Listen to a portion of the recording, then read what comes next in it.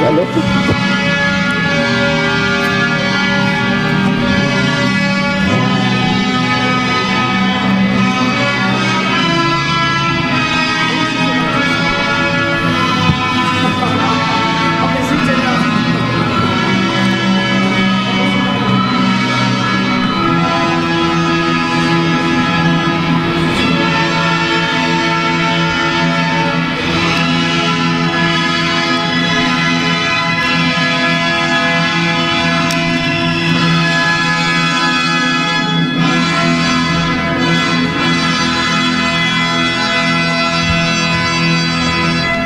Bonsoir, bienvenue chez vous. Nous venons d'entendre les 2 dernières minutes de l'ouverture de Tannhäuser d'un certain Richard Wagner sous la direction de Bernard Haitink. Vous connaissez l'histoire, captif consentant de la déesse Vénus dans la grotte d'amour, Tannhäuser aspire à la liberté. La vôtre est d'être là ce soir pour un rendez-vous avec ce monde qui soutient Vénus et les siens, la cité grecque, ses penseurs, ses croyances, ses savoirs, sa langue. Pour ce cycle qui lui est dédié, nous avons la chance, le plaisir et l'honneur d'accueillir Barbara Cassin en compagnie de Thomas Benatouil et Heinz Wiesmann, dont elle a souhaité la présence à ses côtés ce soir.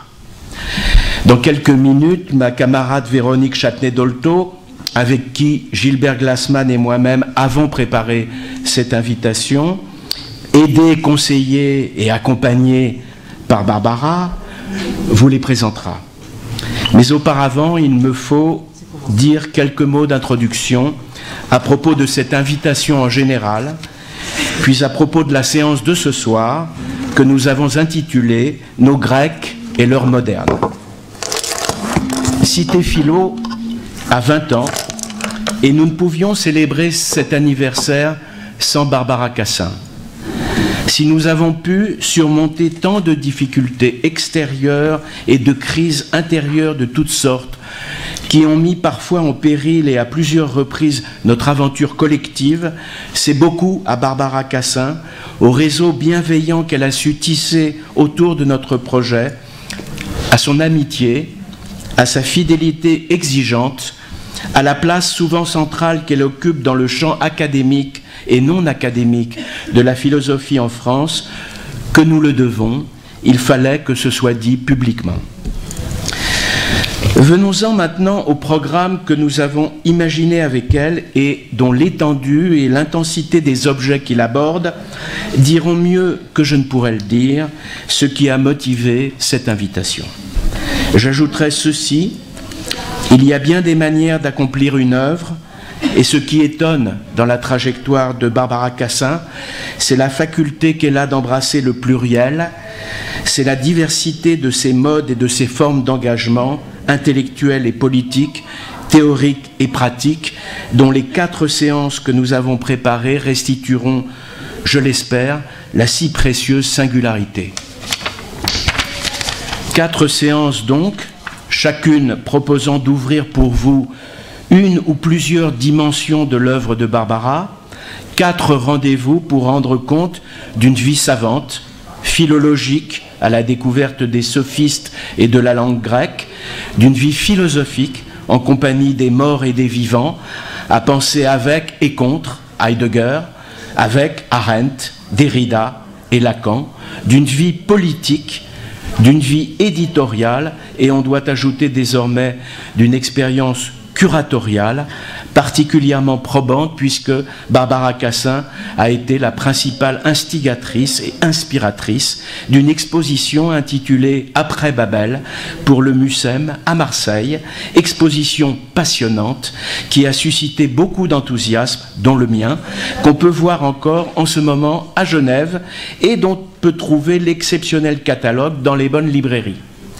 Babel à Genève, c'est un autre catalogue. Les routes de la traduction vient d'être publié en coédition par Gallimard. 4 points cardinaux d'un parcours qui va des présocratiques avec 6 Parménides 1980, à Éloge de la traduction compliquée l'universel en 2016, dans la collection Ouverture qu'elle créa voici 3 ans chez Fayard avec son ami et complice Alain Badiou, en passant par une histoire sophistique de la philosophie avec l'effet sophistique Gallimard 95. La deuxième séance se tiendra le samedi 18 novembre à 11h, ici même. Il y sera question des pensées, des processus et des dispositifs qui conduisent dans l'après-coup d'une guerre civile ou d'une guerre coloniale à pouvoir parler des crimes et des violences commises dans la perspective d'ouvrir un chemin, sinon vers la réconciliation, du moins vers un certain apaisement. Chacun aura en tête l'expérience des commissions Vérité et Réconciliation qui se sont tenues en Afrique du Sud. Barbara Cassin compte au nombre de ceux, très peu nombreux, qui s'efforcent de formaliser, de théoriser et ainsi de rendre possible la tenue de tels dispositifs. La troisième séance aura lieu le samedi 18 novembre, ici encore, à 20h, cette fois, et nous aborderons en compagnie de Barbara et d'Alain Badiou la question de savoir s'il y a un sens à soutenir que les langues philosophiques occidentales parlent au masculin plutôt qu'au féminin, ou pour le dire autrement, si le genre du philosophe peut avoir une incidence sur sa philosophie. Pour éclairer ce problème, nous vous proposerons un dispositif tout à fait inédit. Pendant plusieurs mois, Alain Badiou et Barbara Cassin se sont livrés à ce qu'on peut appeler une dispute épistolaire. Ils nous liront à voix haute leur correspondance et poursuivront leur dispute devant vous en direct live. La quatrième et dernière séance se déroulera toujours ici, le dimanche 19 novembre à 14h, et sera centrée précisément sur l'écart observé entre 3 langues pour traduire Dieu et sur les conséquences culturelles, politiques et psychologiques de cet écart. Séance qui mettra rétrospectivement en évidence le grand intérêt de l'entreprise éditoriale de plus de 10 années à laquelle s'est livrée Barbara Cassin en compagnie de 150 auteurs, chercheurs, traducteurs, dont Hans Wissmann, qui ont réalisé avec elle, sous sa direction, le vocabulaire européen des philosophies ou dictionnaire des intraduisibles, dont l'immense vertu est de nous contraindre à comprendre que les différentes langues produisent des mondes différents dont elles sont à la fois les causes et les effets. Toute la question, comme l'énonce Barbara Cassin dans Éloge de la traduction, compliquée l'universel, résidant dans l'œuvre de la traduction, dont l'ambition serait alors de faire communiquer ces mondes en inquiétant les langues l'une par l'autre, de sorte que la langue du lecteur aille à la rencontre de celle de l'auteur. Quant à la première séance, nous y sommes, nos Grecs et leurs modernes, à l'introduction de laquelle nous reviendrons dès que Véronique nous aura présenté les invités de Barbara Cassin, qui sont aussi les nôtres, qui sont aussi les vôtres. Heinz Wissmann, votre parcours philosophique est intimement lié à celui de Jean Bollack, dont vous avez été l'élève à Lille en 1958. Vous dites: avec Bollack, pendant 1 an, je me suis littéralement jeté sur les philosophes grecs. Vous avez écrit ensemble de nombreux livres, à commencer par celui sur Héraclite en 1972.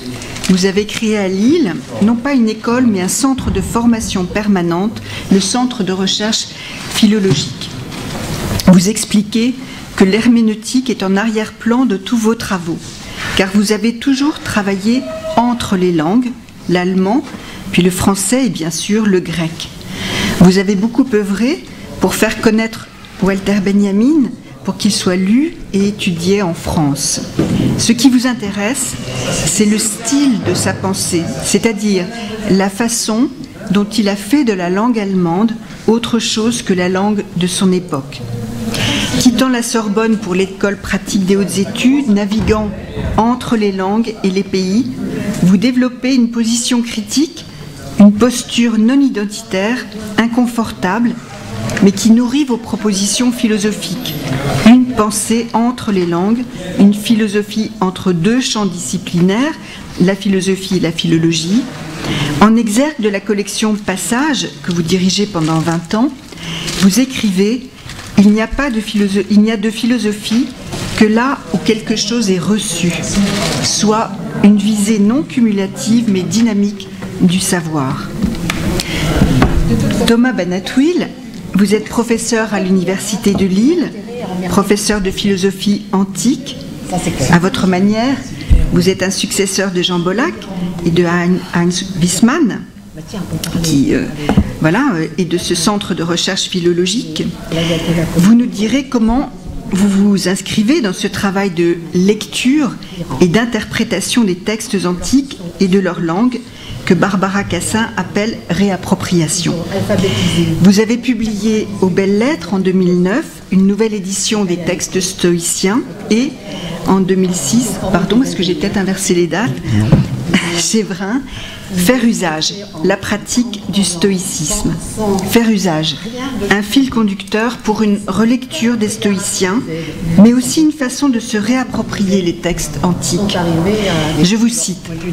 On se propose de lire Musonius, Épictète et Marc Aurèle non seulement comme des praticiens du stoïcisme, mais aussi comme des théoriciens de la pratique, c'est-à-dire comme des philosophes dans les sens anciens et contemporains du terme, qui ont à la fois cherché à articuler un discours avec une manière de vivre et offert des concepts et des arguments précis et originaux pour penser ce problème de la mise en pratique d'une doctrine.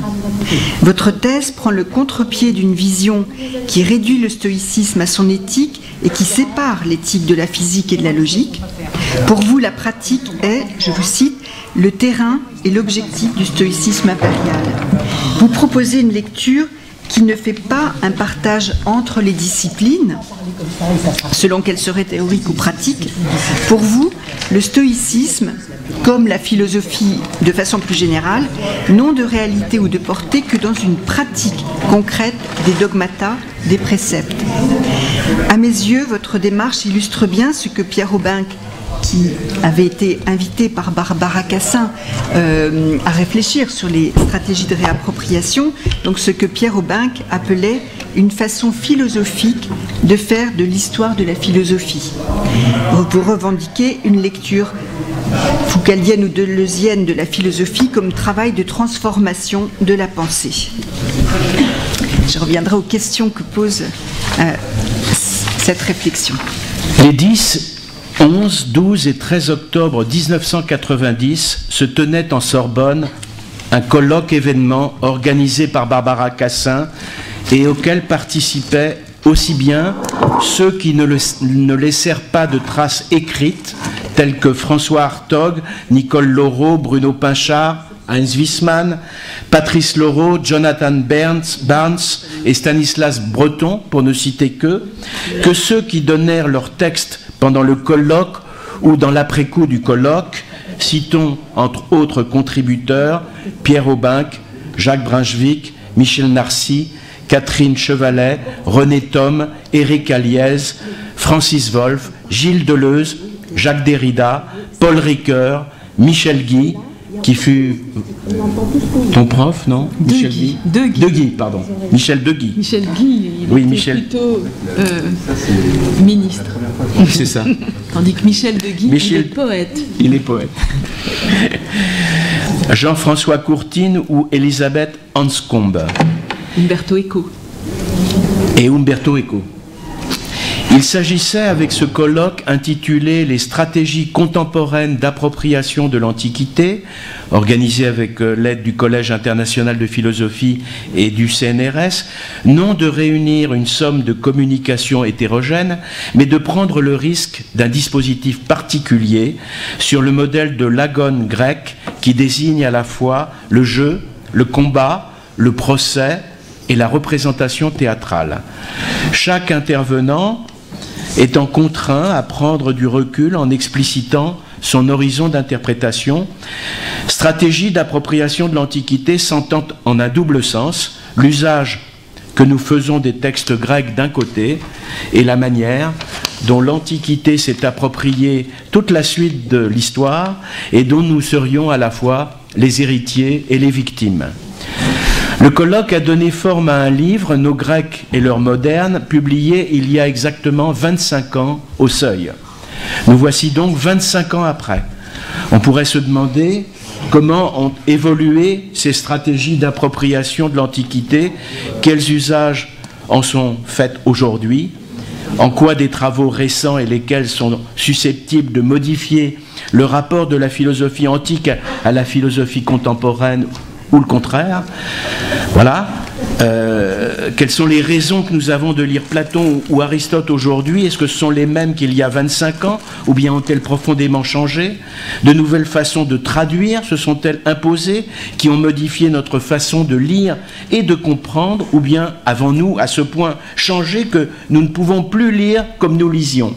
Bref, comment continuer à penser avec les Grecs sans eux? Autant de questions que je vous pose et auxquelles vous pouvez choisir de répondre ou leur préférer d'autres questions que je ne vous ai pas posées et que vous jugerez beaucoup plus intéressantes.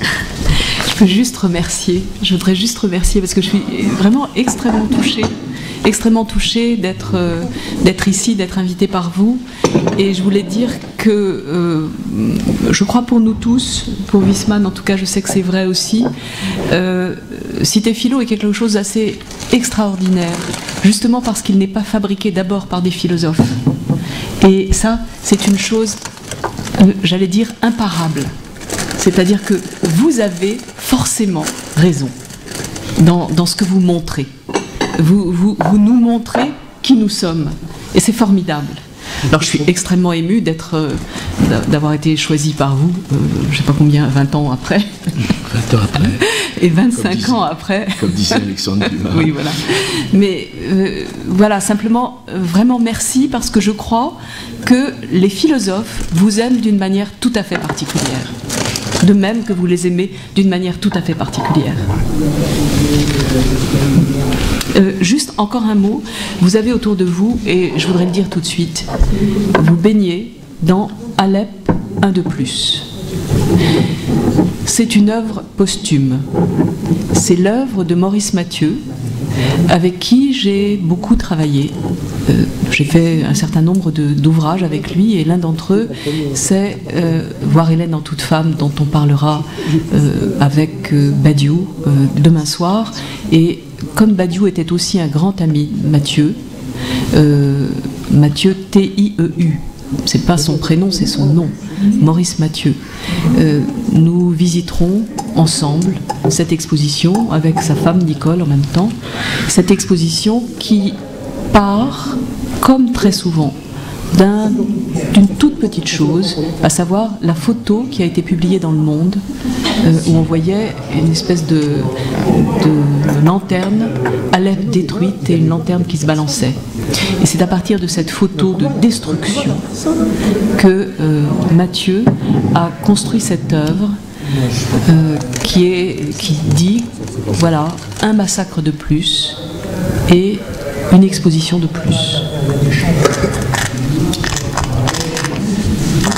Je commence. Oui. Très bien.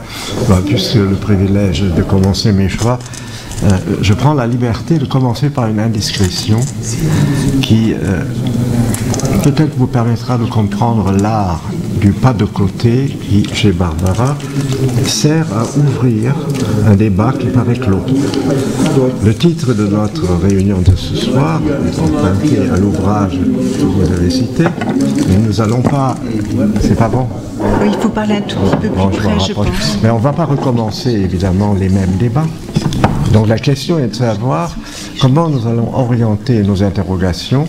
Et voilà l'indiscrétion. Il y a 2 jours, j'ai rencontré Barbara dans la rue, dans le quartier où nous vivons tous les deux. Et elle m'a dit, écoute, est-ce que tu comprends l'intitulé? C'est vrai ce que je dis. Sûrement. Et piqué au vif, je me suis mis à réfléchir au sens d'un titre qui a déjà fait ses preuves, puisqu'il est le titre d'un livre. Et aujourd'hui, grâce à ce pas de côté, la question est de nouveau ouverte. Que veut dire nos Grecs? Nos Grecs, ça peut signifier que les Grecs, avec leur langue, avec leur civilisation, avec leur manière de vivre, leur construction sociale, politique, etc., ont été utilisés au moment de la Renaissance européenne par les humanistes pour échafauder un projet d'éducation qui devait contribuer à façonner l'identité européenne. Donc ils sont nos Grecs d'une certaine manière à cause d'un système qui finalement nous prend très tôt dans la vie, ou nous prenait, ce n'est plus le cas, et que nous façonnait à travers l'apprentissage du grec, le latin venant tout naturellement avec, et puis face à des contenus qui nous étaient d'une certaine manière transmis de génération en génération. Donc, les Grecs sont nos Grecs parce que nous sommes d'une certaine manière leurs descendants. Or, à partir de la fin du XVIIIe siècle, avec les sciences humaines et les sciences dures surtout naissantes, eh bien, a eu lieu une mise à distance de ce monde grec qui était d'essence scolaire d'une certaine manière. Et cette mise à distance a été opérée à deux moments très très éloignés l'un de l'autre que je voudrais évoquer pour qu'on puisse en discuter. La première intervention de ce type qui brise d'une certaine manière la connivence qui unissait les enseignants et ceux qui les suivaient comme élèves de génération en génération a été la découverte par Wilhelm von Humboldt à la fin du XIXe siècle de l'intérêt que revêtent les différences entre les langues. Humboldt était à Paris en 1797 en mission diplomatique. C'était quelqu'un qui avait fait des études classiques et de philosophie. Et il était invité par Sieyès, c'est-à-dire l'auteur de la Constitution de 1791, pour expliquer aux intellectuels parisiens le sens de la philosophie kantienne. Ça mérite une séance entière parce qu'il s'est mis pendant 7 heures, tout le monde à dos. Il a fini par jeter l'éponge. Il a écrit à son ami Schiller: il est vain de vouloir philosopher si on n'a pas auparavant tiré au clair la différence entre les langues. Et il conclut par cette expression, en allemand c'est mieux qu'en français, jamais le palais délicat des Parisiens ne goûtera la langue dans laquelle écrit notre sage de Königsberg. Alors l'expression le palais délicat fait allusion à cette différence de prononciation déjà, mais qui va bien au-delà évidemment de la sonorité entre ces deux langues, le français et l'allemand. Et comme un coup de pied de l'âne, Humboldt finit par dire à Schiller: écoute, je vais commencer par étudier le basque.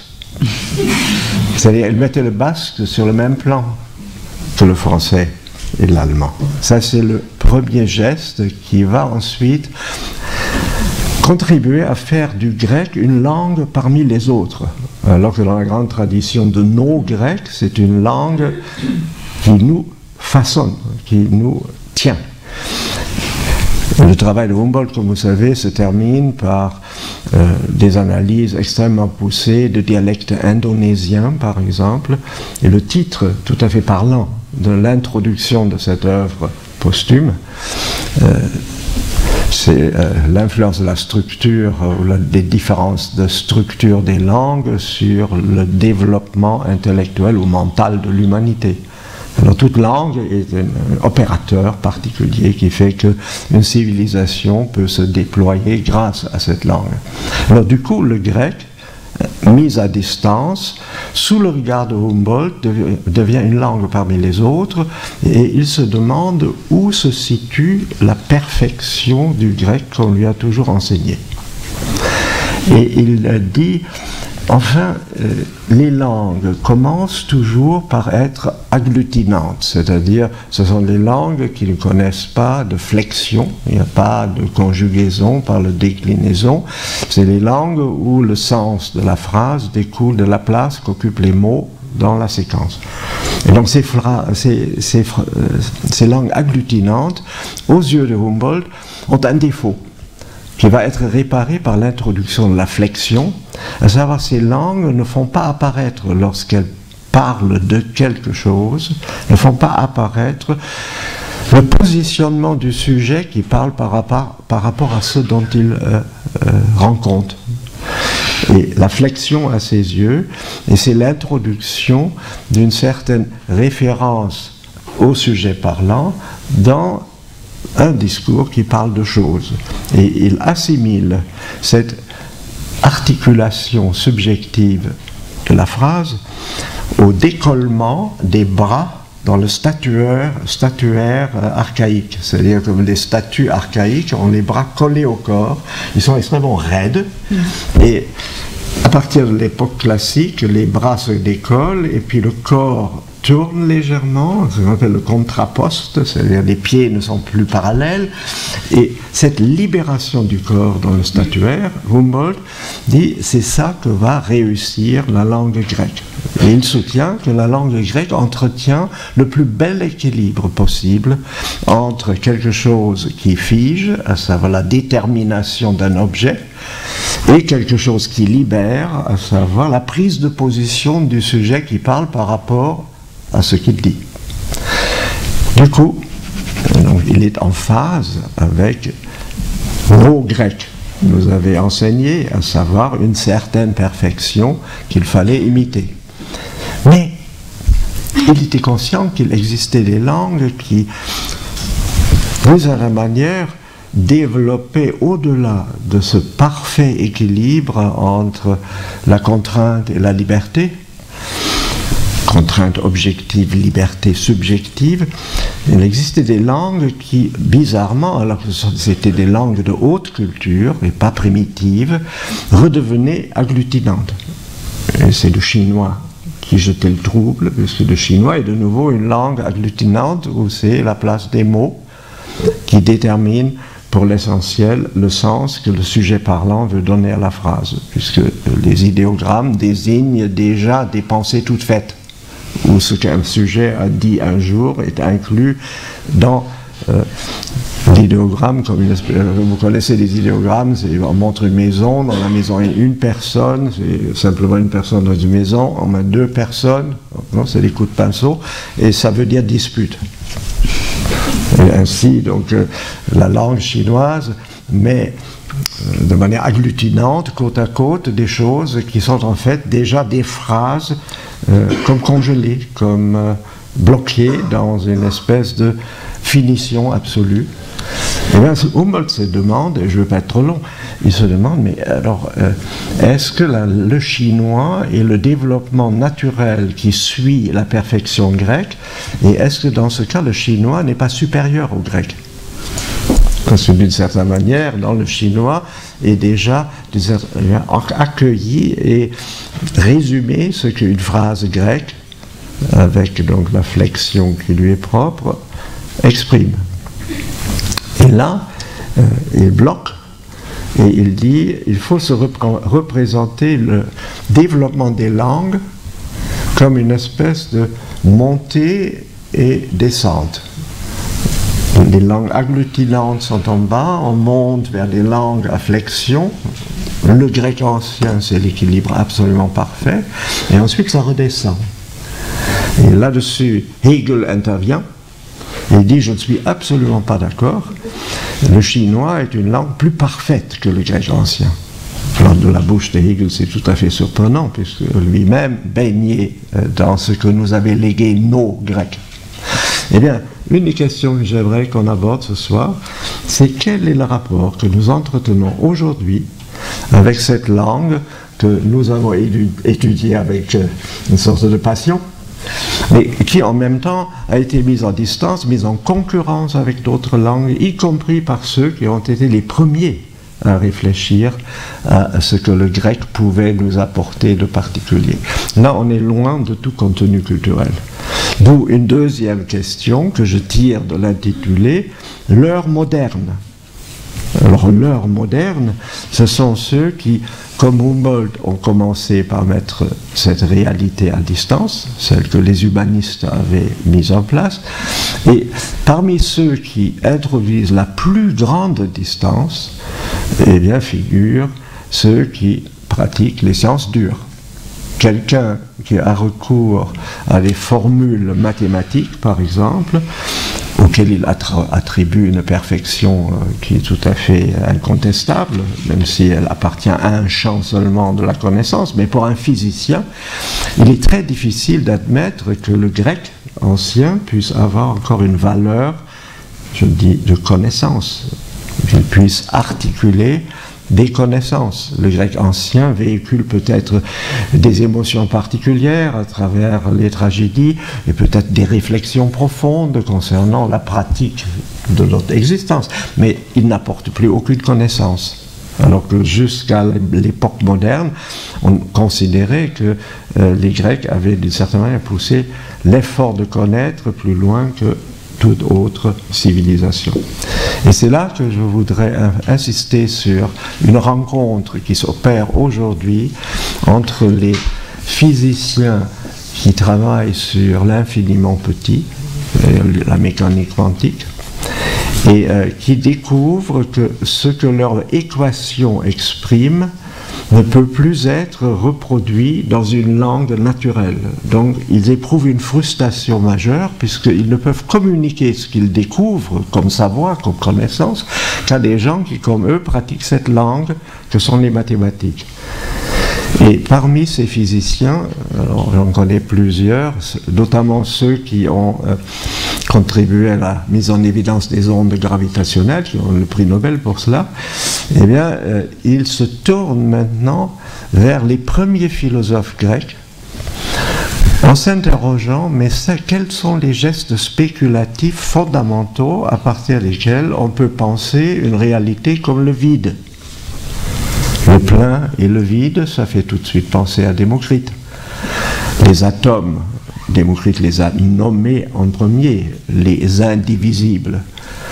Eh bien, pour Démocrite, les atomes sont des idées indivisibles, pas des corps. Et donc, les physiciens contemporains sont tout à fait fascinés par l'idée que les atomes puissent être des rythmes, comme dit Démocrite, et pas des corps avec des contours et une réalité compacte. Et à partir de là, il me semble, il y a une deuxième interrogation qui peut se mettre en place, c'est comment on unit dans un même effort de réflexion les avancées les plus extrêmes de la science dure contemporaine et le geste spéculatif inaugural des Grecs. Juste une petite suggestion. Comme vous savez, le premier philosophe grec, c'est lui qu'on considère comme le créateur même de ce que Nietzsche appelle le credo métaphysique. C'est-à-dire tout est un.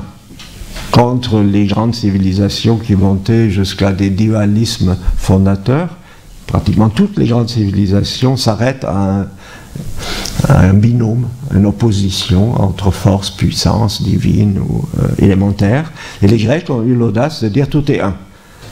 Mais dès qu'on a dit tout est un, surgit la question de savoir si cette identité, tout est haut, par exemple, lorsqu'on se la représente, ne suppose pas quelque chose qui la dépasse.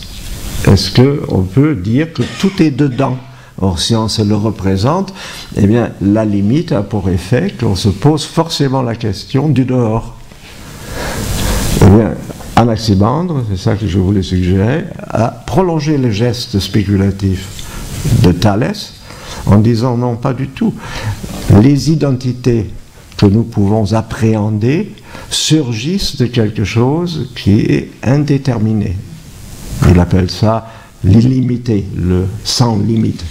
Et les physiciens aujourd'hui, lorsqu'ils réfléchissent sur le rapport entre le vide quantique et l'univers dans lequel nous avons affaire à des énergies et des masses, eh bien, ils se retournent vers la spéculation grecque en se demandant s'il ne fallait pas, mais dans l'effort épistémologique de la science contemporaine, refaire le chemin qu'a fait la philosophie grecque. Les mêmes interrogations, même si on dispose par ailleurs de cet extraordinaire outil que sont les mathématiques qui permettent de concevoir des expériences dans lesquelles on a affaire à la chose.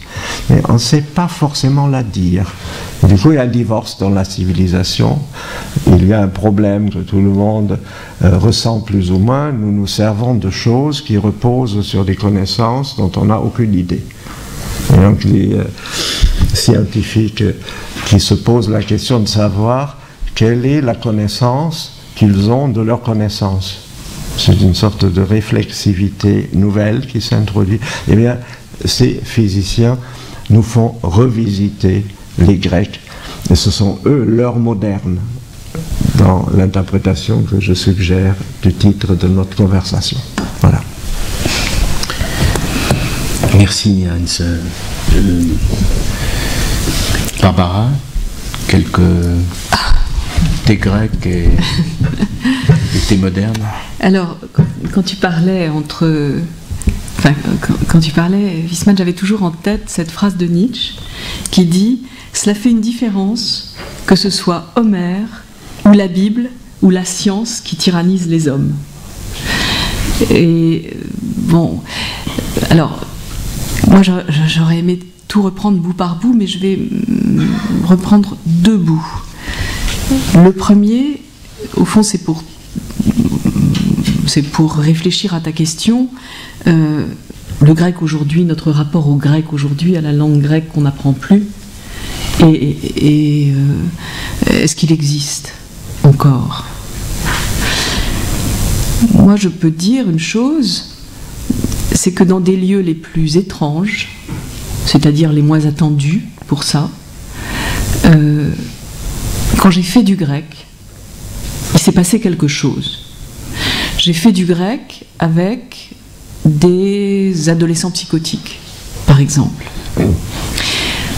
Je ne dis pas que ça dépendait du grec, ça dépendait du fait que le grec n'est pas la même écriture, c'est-à-dire que si j'avais été capable de faire avec eux de l'arabe, ou si j'avais été capable de faire avec eux du chinois, ça aurait peut-être produit la même chose. Mais en tout cas, ce qui s'est passé, c'est que ces enfants qui étaient mutiques, au fond que le français dégoûtait,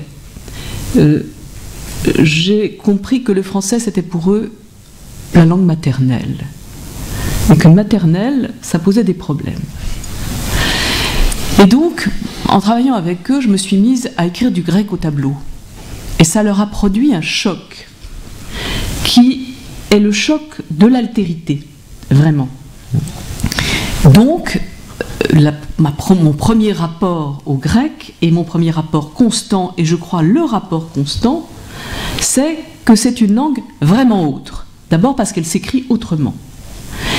Et cette langue vraiment autre, elle fait comprendre qu'on en a une plus à soi. Donc, pour moi, le grec, c'est un très bon autre, déjà. Maintenant, alors pour continuer un tout petit peu l'histoire avec ces adolescents, j'ai lu le Cratyle avec eux, je l'ai lu en grec. J'ai lu des bouts du Cratyle en grec, et je ne sais pas si vous vous souvenez que dans Cratyle, eh bien justement, Socrate donne les étymologies les plus contraires, les plus contradictoires pour un même mot. La vérité, ça peut être une course rapide, ou ça peut être quelque chose comme un arrêt sur image. Et donc on joue avec l'étymologie, aletheia, course rapide, bon, okay. Et les enfants avec qui je parlais ont compris quelque chose. C'est-à-dire qu'ont compris qu'une langue, on joue avec. Et que ça commence à devenir intéressant quand on est capable d'y jouer. Et que là, peut-être, eh ben, en effet, le fait qu'elle soit maternelle, c'est-à-dire qu'elle soit plus à vous qu'une autre, ça aide. Et donc les choses se sont arrêtées, enfin, ou plutôt ont culminé, lorsque un enfant a levé la main en disant « Madame, j'ai compris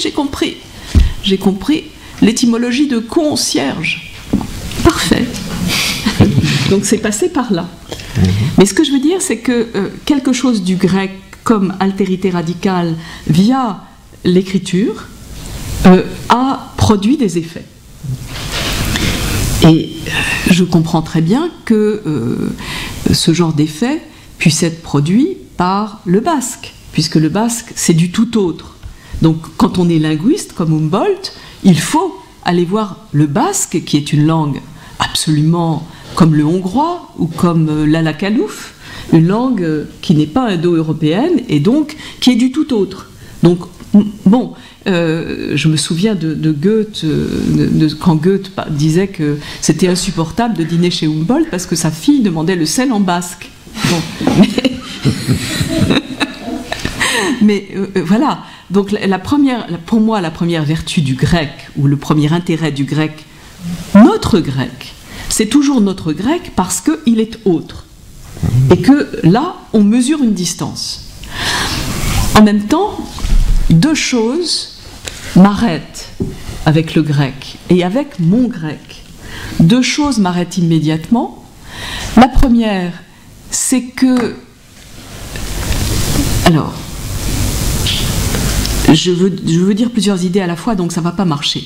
La première, qui au fond est la base du dictionnaire des intraduisibles, c'est que le grec est une langue où l'on voit se déployer des homonymies signifiantes, c'est-à-dire une pluralité, une équivocité de sens qui est fondée et qui est passionnante. Et je pense évidemment à tous les mots. Tous les mots pourraient figurer dans le dictionnaire des intraduisibles, mais enfin, il y en a un par excellence qui est logos. Bon, logos, vous regardez dans un dictionnaire, dans le Bailly par exemple, et vous avez une trentaine d'équivalents, hein, et qui fonctionnent tous, qui sont tous requis. C'est-à-dire qu'à partir du sens, disons, premier, pour autant que ça ait un sens, de dire ça, A sur B égale C sur D, c'est-à-dire le sens de proportion, de relation, vous avez toutes les mises en relation possibles qui rentrent sous le terme de logos, et en particulier toutes les mises en relation langagières. Donc ça va du mot à la phrase, à la démonstration, au discours, etc., à l'énoncé. Bon, il y en a des dizaines bon, de termes adéquats pour traduire logos, et les latins l'ont fort bien compris en disant ratio et horatio, c'est-à-dire en passant au jeu de mots. Bon. En français, on dit quelquefois compte, NTE, et compte, COMPTE, pour montrer que ça... il faut au moins ça. Il faut ouvrir absolument via les équivoques, et probablement via ce sur quoi jouent les équivoques, à savoir les jeux de mots, ou ceux qui jouent sur les équivoques, à savoir les jeux de mots. Donc il faut ouvrir le sens et le démultiplier. Et de le démultiplier pour des raisons, disons, qui tiennent à quelque chose de l'ordre de... j'aime pas beaucoup ça, mais on va le dire comme ça, du génie de la langue. Bon. Donc, l'équivoque comme ce qui caractérise une langue. Je cite toujours cette phrase de Lacan, hein, une langue, entre autres, n'est rien de plus que l'intégrale des équivoques que son histoire y a laissé subsister. C'est une phrase qui n'est que trop vraie et qui s'applique absolument au grec comme au français. Bon. Et quand on a logos, quand on tient logos, on tient autre chose en même temps qui est terrifiant. Et c'est mes deux bouts d'entrée dans la langue grecque, en fait. Le bout donc de l'équivoque, syntaxique et sémantique, on pourrait parler de celle de Parménide, hein, esti ou estigareinaï, enfin, car être, il y a de l'être, est en étant, il est vrai que est, c'est, bon, ok, l'équivoque aussi massive. Et face à ça, il y a ceux qui ne parlent pas grec, et c'est là où ça devient très intéressant. Ceux qui ne parlent pas grec, ce sont des barbares. C'est ceux qu'on ne comprend pas et qui ne comprennent pas et qui ne comprennent rien et qui font blablabla, donc du bruit avec leur bouche. Ceux-là, c'est ceux qui ne partagent pas avec vous le logos, c'est-à-dire la raison, le discours et pendant qu'on y est, la langue grecque. Donc ces autres-là, ils sont dessinés par nos Grecs et ils n'ont pas cessé de l'être. Ils ont sans cesse été dessinés par nos Grecs. Donc pour moi, le grec aujourd'hui, encore, c'est ce qui permet de comprendre, eh bien, au fond, ce qui permet une bonne entrée dans notre langue, à savoir une langue différente d'une langue visiblement différente, qui est pleine d'autres équivoques, et pour qui ceux qui ne la parlent pas sont des barbares. Alors, sommes-nous des barbares? Non. Donc, on est obligé de tout repenser. On ne peut plus fonctionner à la grecque, même si on fonctionne toujours avec nos Grecs. Mais on n'est plus leurs barbares. On n'est pas les barbares. On est... Donc, on est d'autres. Et cette idée du même et de l'autre, cette idée de, disons, du logos et du barbare, c'est la première idée que je garderai pour la travailler, pour la bouleverser. Hein. C'est la première idée que je garderai de mon apprentissage du grec. Alors évidemment, le dictionnaire des intraduisibles se profile là, il se profile avec les équivoques, il se profile avec la hiérarchie des langues à admettre ou à bouleverser. Et le plus grec de tous les Grecs, le plus méchamment grec de tous les Grecs, c'est évidemment Heidegger, c'est-à-dire pour Heidegger pour qui la langue grecque était la seule vraie langue philosophique, mis à part l'allemand, encore plus grec que le grec, et la seule vraie langue philosophique enracinée dans une race, dans une langue, enfin, enracinée évidemment dans une langue, dans une race, dans une culture, dans une nation et dans une terre. Et donc, pour moi, le grec m'a dessiné comme barbare, avec joie. Et après Babel, c'est ça. C'est enfin pouvoir respirer comme barbare. Il n'y a pas de barbare sans grec. Voilà. Donc pour moi, si tu me demandes quel est mon rapport au grec aujourd'hui, c'est le plaisir de pouvoir être après Babel comme barbare. Bon, ça c'est le premier point. Et Thomas, alors... Excuse-moi, non, il faut absolument que je dise une phrase. Alors, parce que vous aurez remarqué que ce que Barbara a développé avec brio, c'est exactement ce que Humboldt a écrit à Schiller. Oui. À savoir, entre la langue de Kant, qui est le philosophe qui, d'une certaine manière, dit des choses définitives, et le français, ça passe pas. Et il faut donc aller vers une troisième langue, d'une certaine manière le basque, qui dénonce la prétention d'une langue d'être la langue. C'est ça que j'ai entendu dans Absolument. Ce que tu dis. Donc c'est ce que Derrida appelle la déconstruction. Et il dit, si j'avais une définition à donner de la déconstruction, une définition rapide comme un mot d'ordre et caricatural, ça serait plus d'une langue. Plus d'une langue. Plus d'une langue, plus d'une langue. Au fond, plus d'une langue, c'est ça que m'apprend le grec. Parce que le grec est une autre langue que la mienne est vraiment. Ouais. Et que par ailleurs, quand il reste dans le grec, quand le grec se coince dans le grec, eh bien, il nous oblige à sortir. Plus d'une langue, à être barbare. Donc, plus d'une langue. Et la deuxième phrase de Derrida que je verse au dossier, c'est une langue, ça n'appartient pas. Donc c'est parce que le grec est une langue qui n'appartient pas au grec et que les Français, les sales petits nuls français peuvent en faire que quelque chose d'autre s'ouvre.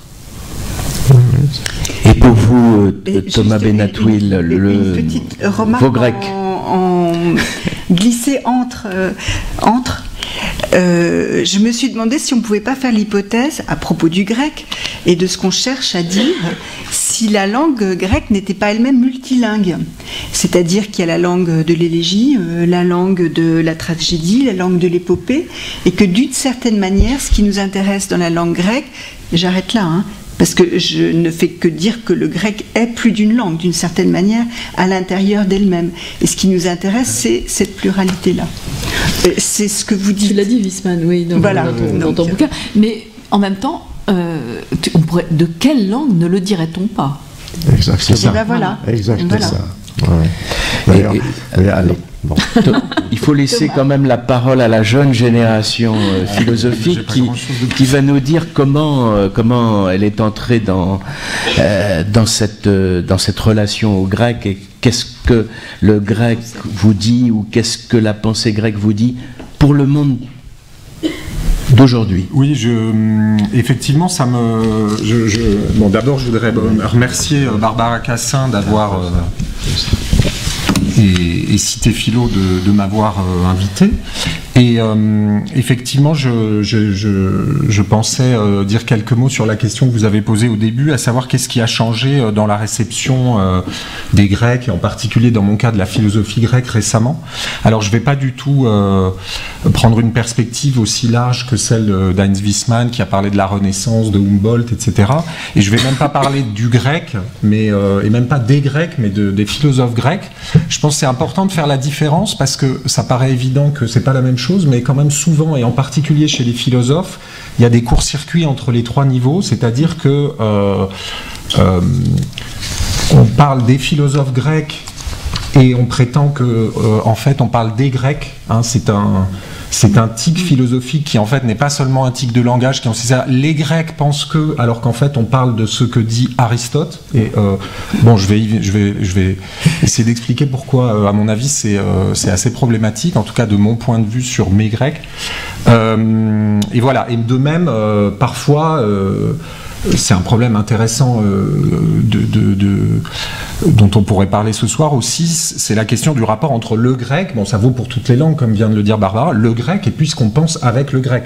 Mais c'est pareil avec le français, etc. Dans quelle mesure, hein, il y a justement un débat important entre Benveniste, Vuillemin, dont je reparlerai, et d'autres, et Derrida, hein, sur cette question de savoir si, parce que Benveniste a écrit un article retentissant dont j'ai oublié la date, je ne pensais pas en parler, mais c'est vrai que je me rends compte de la pertinence, soutenant que les 10 catégories d'Aristote en fait étaient décalquées sur la langue, sur un certain nombre de propriétés du grec. Hein. Et donc, en fait, ce qui passe dans la tradition philosophique occidentale... Catégorie de langue et catégorie de pensée. Voilà, bon. Mais j'ai oublié la date exacte, bon, je pense que c'est dans les années 50. Et donc, cet article soutient qu'au fond, ce qui passe pour les grandes catégories métaphysiques de la pensée occidentale, à partir d'Aristote, sont en fait un décalque inconscient ou l'empreinte inconsciente du grec sur un grec particulièrement influent ensuite que fut Aristote.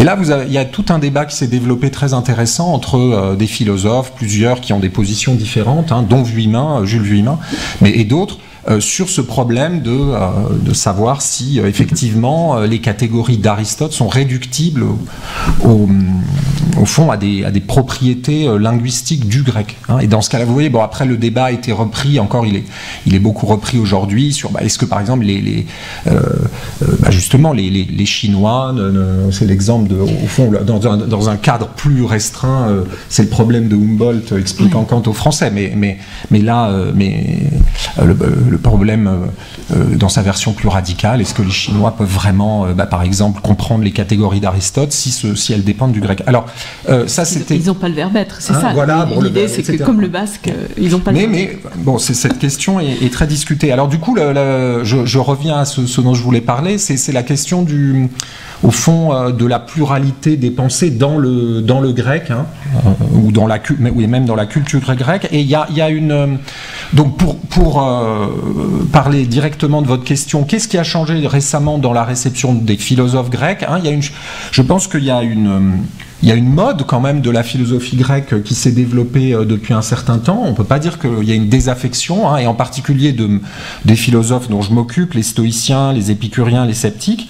Et cette mode, on peut l'appeler rapidement la philosophie comme manière de vivre. C'est une approche, hein, qui aujourd'hui est très répandue, y compris dans les médias. Hein, Épictète, Épicure, Sénèque, Marc Aurèle sont des stars. Ils ont des dossiers auxquels on leur consacre des dossiers dans les magazines hebdomadaires, ce qui est quand même incroyable. Enfin, je veux dire, on s'y attendait pas. Moi, je m'y attendais pas quand j'ai commencé à travailler sur ces auteurs. Et même maintenant, on voit que ce type d'approche qu'on a élaboré à partir d'auteurs comme Épictète et Épicure, en fait, sert à rendre les autres philosophes intéressants. C'est-à-dire, on dit, oh, mais Spinoza, oh, mais même Kant, hein. Oh, mais Kant, en fait, ce ne sont pas ces théoriciens ennuyeux auxquels vous pensez, c'est comme Épicure, en fait, ils sont là pour vous aider à vivre. Bon. Donc maintenant, en fait, si vous voulez être un philosophe, comment dire, populaire et à qui on consacre des numéros de magazine, il faut que vous soyez comme Épicure ou Épictète. Bon. Alors cette approche, en fait, bon, je la caricature un peu dans sa version médiatique, mais elle a ses lettres de noblesse et elle a été développée en particulier par quelqu'un qui est bien connu, qui est Pierre Hadot. Hein. C'est ça. Et qui a proposé, au fond, de généraliser à toute la philosophie antique cette idée que la philosophie, dans l'Antiquité, proposait d'abord visait d'abord une manière de vivre et que le reste, les autres aspects de la philosophie qu'il n'ignorait évidemment pas, étaient ordonnés et subordonnés à cet objectif. Bon. C'est une approche qui a aussi dans une certaine mesure influencé Foucault à la fin de sa vie. Je passe sur les différences, parce que ce serait intéressant, on pourrait en parler, parce que c'est quand même assez différent très différent de l'approche de Hadot, mais enfin, je voudrais me concentrer sur cette approche. Alors, cette approche qui a fait beaucoup donc, pour l'appropriation actuelle de la philosophie antique, quand on est historien de la philosophie, est assez étonnante parce qu'elle ne correspond pas vraiment à la manière dont les philosophes antiques s'attendaient à être lus. C'est un peu comme la lecture d'Épicure ou d'Épictète de cette manière, je veux dire comme recueil de recettes de vie quotidienne. C'est ça. C'est un peu comme utiliser un tournevis pour couper du beurre. Bon, c'est pas vraiment pourquoi même le manuel d'Épictète ou les comment dit-on les maximes capitales d'Épicure, qui sont apparemment des petites maximes faites pour guider la vie, ont été élaborés. Hein. Ces ouvrages ont été élaborés comme des sortes de versions condensées d'un système extrêmement développé, hein, et donc des sortes d'aide-mémoire pour celui qui soit est trop pressé, enfin soit n'a pas le temps, soit veut se souvenir de son apprentissage du système dans son intégralité pour l'avoir sous la main, hein, comme dit souvent Épictète, à tout moment. Mais ça ne veut pas dire qu'on peut piocher dedans, hein, picorer, hein, voilà, comme on le suggère aujourd'hui. Bon. Alors en même temps, c'est vrai que cette approche n'est pas totalement, comment dire, j'ai dit que c'était une sorte, bon j'ai comparé avec le tournevis dans la mode de beurre, mais c'est pas une approche qui est complètement absurde au sens où on en a des esquisses. Hein, on peut quand même beurrer. On peut quand même beurrer. Non, mais d'abord, rien ne vous impose, je veux dire, surtout quand il s'agit d'outils qui ont été construits il y a 2000 ans, rien ne vous impose de les utiliser comme pour le but pour lequel ils ont été construits. Je veux dire, bon là, l'usage, il y a plusieurs usages, on peut, bon voilà, l'objet ne prescrit pas son usage, sauf premièrement. Et puis, deuxièmement, effectivement, ça peut, il y a une pluralité d'usages possibles, et puis même si vous faites un usage qui n'était pas prévu, ça peut marcher. Et là, pour le coup, on pourrait prendre des exemples, pour ne pas disqualifier trop vite ce type d'approche. On voit bien que dans l'Antiquité, par exemple chez certains auteurs, en particulier latins, on commence à avoir ce genre d'approche. Hein. Sénèque, par exemple, fait à la fin de certaines lettres à Lucilius, cite des maximes d'Épicure en disant, bah, tu vois, on peut aller piocher même chez les épicuriens des remarques intéressantes, etc. Bon, mais ce qui justement montre que c'est pas l'usage habituel, c'est qu'il fait remarquer qu'il va chercher chez Épicure des remarques alors qu'il devrait pas, parce que lui il est stoïcien et que en fait c'est l'ennemi, hein, ou si c'est pas l'ennemi, en tout cas c'est pas chez nous, hein, et donc le fait de citer Épicure, il y a une espèce enfin c'est peut-être risqué, on n'est pas sûr qu'il dit exactement ce qu'il faut, etc. Donc il est obligé de justifier le fait que il saupoudre la manière dont il guide Lucilius avec de l'épicurisme. Alors voilà. Alors maintenant, du coup, même si c'est vrai que cet usage, il a enfin je veux dire d'abord il peut se légitimer de lui, se justifier de lui-même, et puis même il n'est pas totalement absurde historiquement. Il me semble qu'il a un inconvénient principal par rapport à ce que peut nous apprendre la philosophie grecque, c'est le fait de l'apprendre comme un tout. Et en particulier de gommer les divergences. C'est manifeste dans l'approche de Hadot, et il le fait consciemment. À partir du moment où vous vous situez, où vous prenez la philosophie sous l'angle des exercices spirituels, sous l'angle des pratiques, par exemple le fait de considérer l'ensemble du monde comme d'en haut, à distance, ce qu'on appelle parfois le point de vue cosmique ou le point de vue de Sirius. Enfin, ça c'est l'expression française, c'est pas l'expression des anciens, mais enfin vous voyez l'idée que on regarde le monde d'en haut et les hommes nous apparaissent comme des fourmis, etc. Bon, qui est effectivement une forme d'exercice spirituel qu'on trouve chez divers auteurs, mais à partir du moment où vous prenez les choses par l'exercice spirituel comme le propose Hadot, en fait les divergences théoriques s'annulent, puisque par exemple la manière dont Lucrèce et la manière dont je sais pas, Sénèque ou Platon opèrent ce type d'exercice vont apparaître équivalentes, et Hadot le dit explicitement. Alors que si on leur avait dit à eux qu'ils faisaient la même chose, ils auraient poussé des hurlements. Parce que évidemment, c'est pas de leur point de vue à eux, c'était pas du tout le même monde qu'ils regardaient, c'était pas sous le même angle, et c'était pas pour y voir la même chose.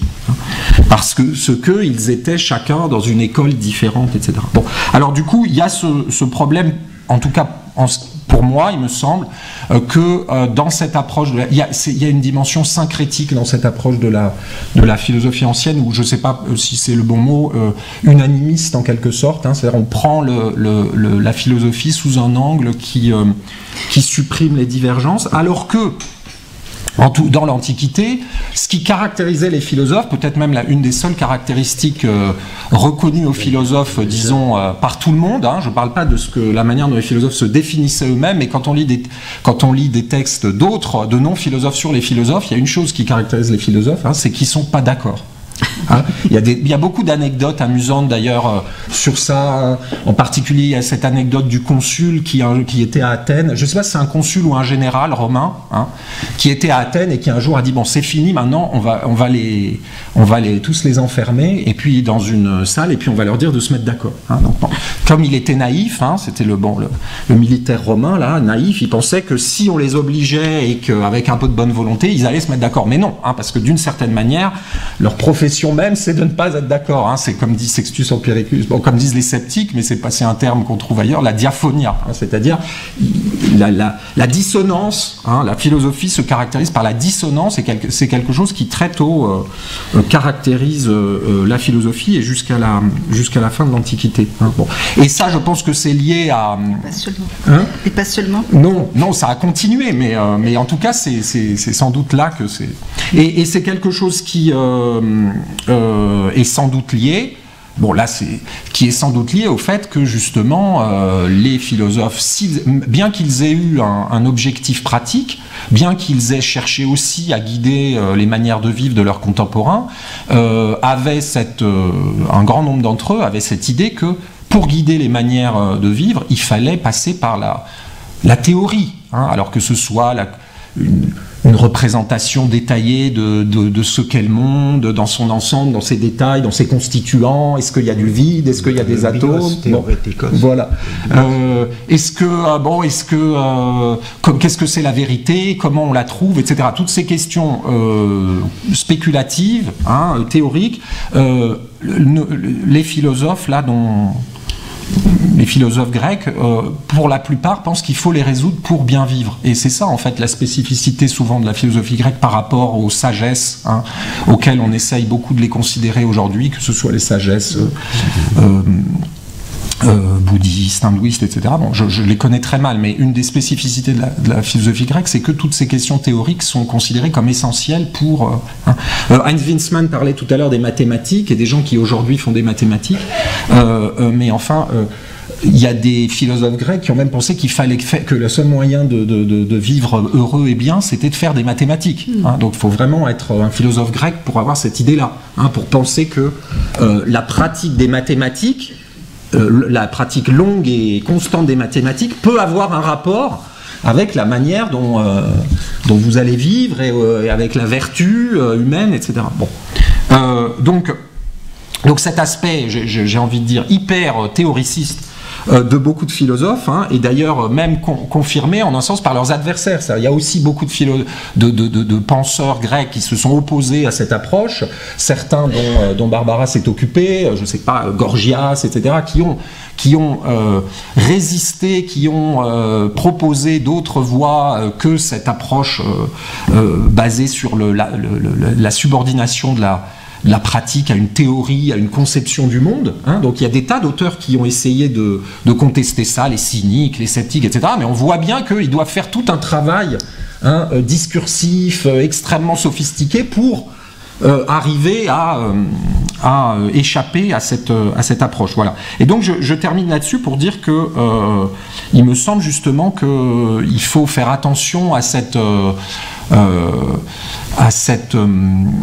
tendance, enfin je veux dire, je pense que là, il n'y a pas de risque que la philosophie grecque soit en quelque sorte ignorée aujourd'hui, n'intéresse plus personne, il n'y a pas de désaffection, mais par contre il y a un risque de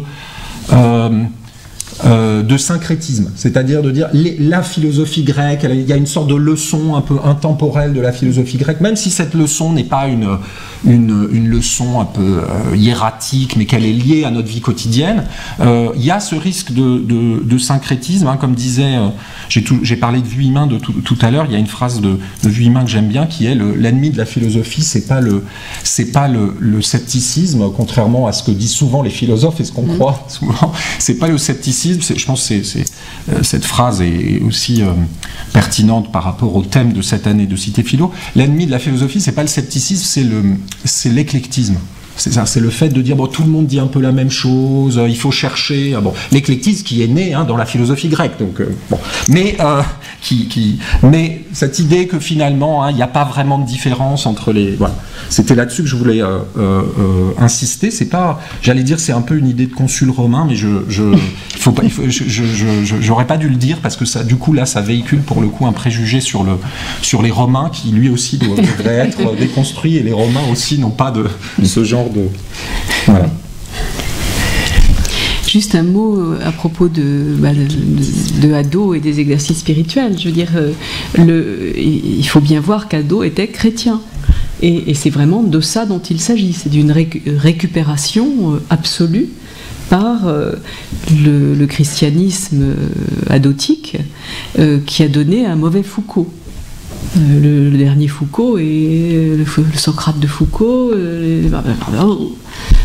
c'est vraiment pas très ragoûtant parce que justement on ne voit pas d'où ça sort alors que ça sort d'une chose très simple, ça sort du fait qu'Hadot était un curé, enfin voilà, et il l'était effectivement, de facto. Défroqué, ce qui est bien moins bien. Voilà. Donc là, évidemment, tu as bien raison d'attirer l'attention sur les cafés philo de ce genre. D'ailleurs, on peut ajouter, je suis entièrement d'accord avec cette mise en garde parce qu'elle s'impose, mais les Grecs avaient l'expression pour dire que la théorie devait aider à bien vivre, c'est le bios theoretikos. Ça veut bien dire ce que ça veut dire. Et pour nous, ça peut paraître bizarre de se dire que réussir dans la pensée à évacuer les contradictions qui nous embarrassent, qui sont des contradictions théoriques, eh bien ça nous aide à vivre. C'était une conviction qu'avaient les philosophes grecs dans leur ensemble, ça c'est certain. Et c'est là que se trouve, il me semble... Sauf les sceptiques. Mais même les sceptiques, d'une certaine manière, quand on regarde l'obstination avec laquelle ils voulaient avoir raison, et là, ils voulaient avoir raison contre tous ceux qui prétendaient avoir raison. Et donc, comme vous savez, l'argument sceptique, là, tous les crétois sont menteurs, c'est ensuite la question de savoir est-ce que c'est un crétois qui dit ça, et dans ce cas, s'il ment, ils ne sont pas menteurs. Mais pourtant, il est crétois, dans ce cas, ils sont menteurs. Ben, si on s'enferme dans ce genre de réflexion sceptique, on arrive évidemment très vite à un mur. Et donc les autres philosophes opposent toujours aux sceptiques d'avoir ériger un mur entre la possibilité de connaître et le désir quand même de connaître. Le biostéréotype, c'est ça. Et j'ai envie de dire une chose par rapport à ce que vous avez levé comme lièvre. Vous disiez que les mathématiques jouaient un rôle important dans la pensée grecque. Et il est vrai que les mathématiques grecques sont directement liées à des représentations géométriques. C'est-à-dire, le cube représentait le nombre 4, c'est-à-dire c'était pas de l'algèbre, c'était de la géométrie. Et du coup, on pouvait facilement utiliser la géométrie pour les représentations cosmologiques. C'est ce que Platon a fait dans le Timée, par exemple. Et ce qui fascine, et je reviens au point qui, quand même, je ne voudrais pas le laisser complètement tomber, ce qui fascine aujourd'hui les scientifiques qui sont aux prises avec quelque chose de très difficile à comprendre, c'est-à-dire la réalité qu'ils affrontent en utilisant des équations dont ils cherchent des résolutions. Et ces résolutions les poussent très souvent à faire des expériences pour vérifier une hypothèse, mais les poussent aussi à se demander à quoi rime ce qu'ils font. Je crois que nous vivons un moment historique où ce retour, c'est pas un retour massif et c'est pas du tout dans les médias, mais où quelque chose se passe sur le front même de la connaissance la plus poussée.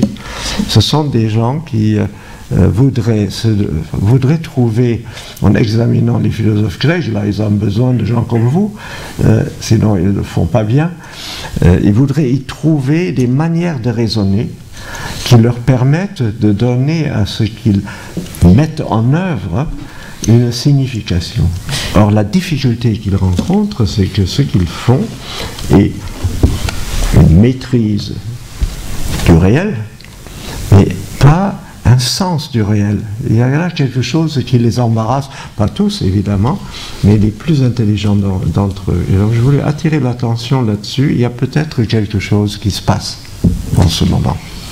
Barbara. Oui, je crois à l'expérience que tu as vécue là avec les Nobel de physique. Bon, en même temps, je ne sais pas si...